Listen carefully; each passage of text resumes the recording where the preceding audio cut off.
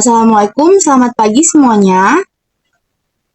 Waalaikumsalam, selamat Waalaikumsalam pagi pagi Bu. Bu. Oke, bagaimana kabar kalian pada pagi hari ini? Baik.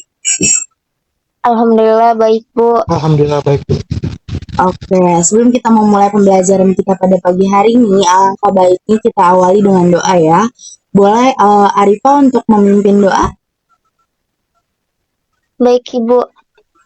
Teman-teman, sebelum kita memulai kegiatan pembelajaran pada pagi hari ini, marilah kita berdoa menurut agama dan kepercayaannya masing-masing. Berdoa dimulai. Berdoa selesai. Oke, terima kasih Arifah telah memimpin doa pada pagi hari ini. Nah, anak-anak, sebelum kita memulai mata pelajaran kita pada pagi hari ini, Ibu ingin bertanya nih, siapa dari teman kalian yang hari ini tidak hadir? Sudah Hadir hadir semua, semua Bu. Bu. Hadir semua ya berarti ya. Oke. Nah, ada yang masih ingat nggak mata pelajaran kita minggu lalu nih? Coba Ibu ingin mereview ulang. Coba Rifah, ada yang ingat? Yohanes? Tentang Pancasila Bu. Betul sekali Yohanes. Nah, jadi pertanyaan selanjutnya itu, apa yang kalian ketahui tentang Pancasila? Saya Bu izin menjawab. Boleh, Arifah? Pancasila itu merupakan sebagai dasar negara yang dimana merupakan dasar pemikiran tindakan negara dan menjadi sumber dari segala sumber hukum, Bu.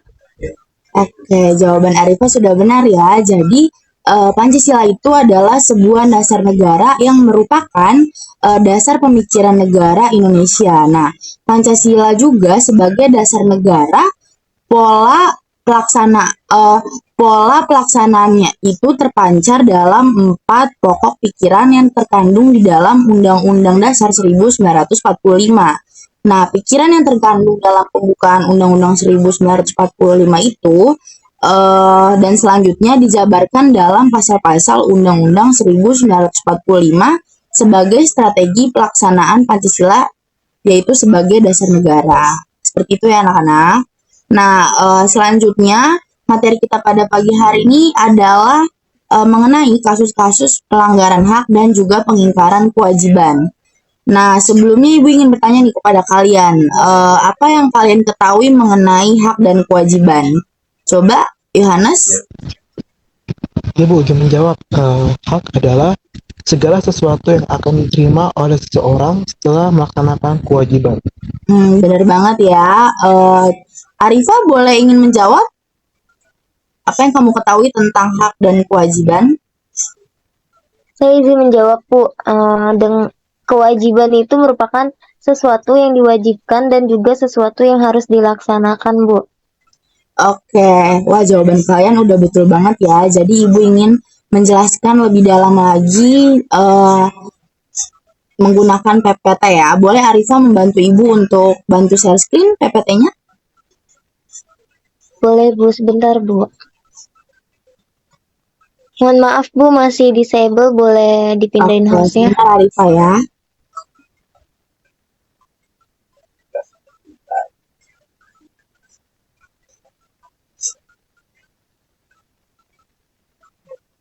Sudah ya Arifah? Baik Bu. Apakah sudah terlihat Bu? Sudah. Oke, baik. Sebentar.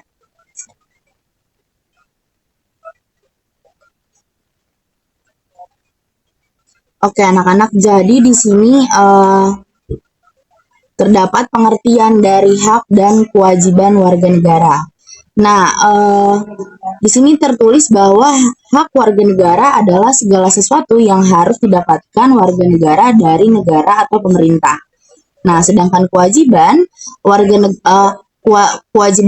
negara adalah segala sesuatu yang harus dilakukan oleh warga negara tersebut terhadap negaranya. Nah, lalu boleh di next slide.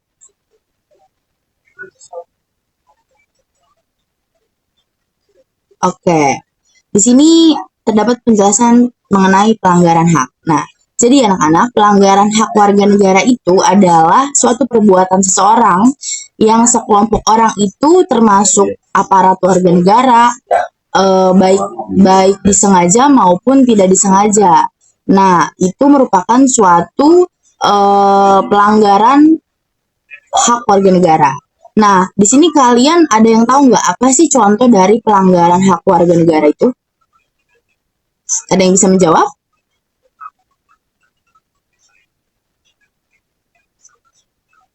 Izin menjawab, Bu. Iya, Yohanes. Ya, jadi contohnya tuh bisa dalam pencemaran nama baik, terus juga diskriminasi pada seseorang dan juga main hakim sendiri. Oke, benar ya Yohanes. Jadi itu adalah salah satu contoh dari pelanggaran hak. Boleh di next slide, Arifah? Nah, selanjutnya adalah pengingkaran kewajiban warga negara. Nah, anak-anak, pengingkaran kewajiban warga negara itu adalah suatu pola tindakan warga negara yang tidak melaksanakan kewajiban sebagaimana mestinya kewajiban warga negara tersebut. Nah, di sini ada yang tahu nggak apa contoh dari pengingkaran kewajiban warga negara? Ada yang bisa Saya, Bu. menjawab? Boleh, Rifa? Saya, Bu, izin menjawab. Contoh dari pengingkaran kewajiban itu terdapat 3. Yang pertama itu ada merusaknya fasilitas umum. Ya. Yang kedua tidak membayar pajak. Dan juga yang ketiga itu melakukan kekerasan yang berkaitan dengan unsur SARA, Bu.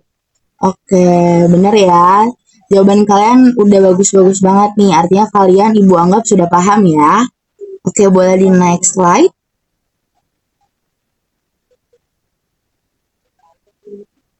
Nah, bagaimana untuk mengatasi hal tersebut? Contoh-contoh pelanggaran dan pengingkaran tersebut. Nah, dengan cara yang pertama, melakukan supremasi hukum.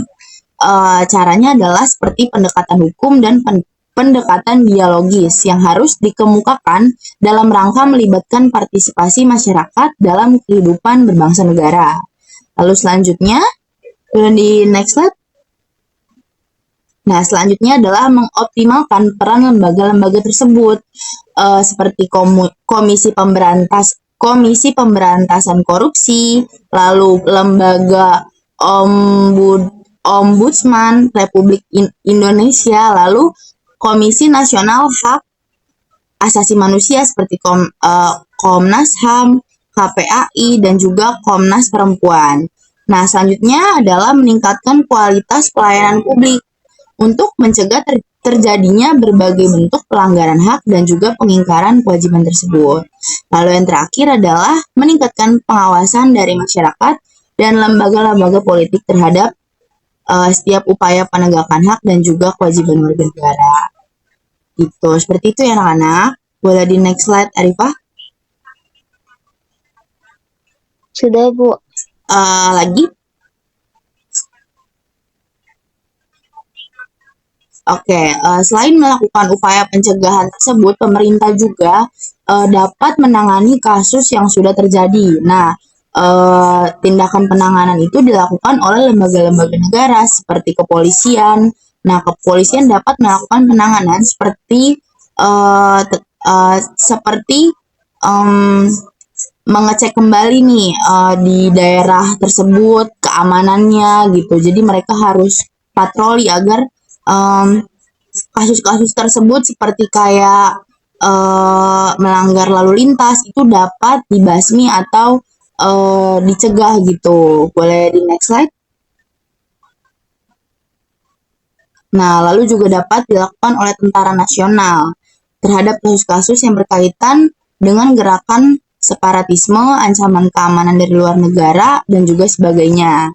Lalu dapat juga dilakukan oleh Komisi Pemberantasan Korupsi dengan cara melakukan penanganan terhadap kasus-kasus korupsi dan penyalahgunaan keuangan negara.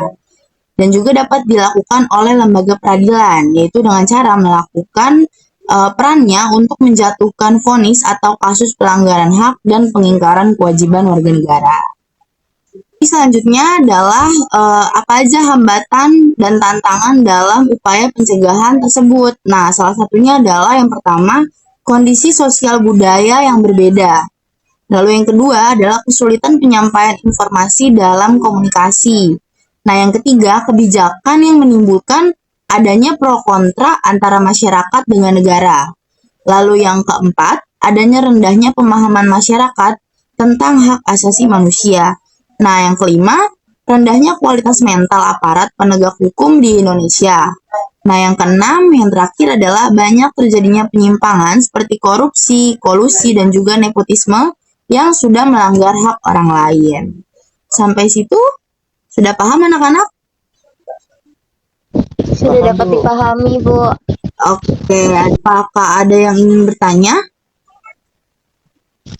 Izin bertanya, Bu. Ya, boleh Yohanes. Ya, terkait ini, Bu, apa sih perbedaan antara hak asasi manusia dengan hak warga negara?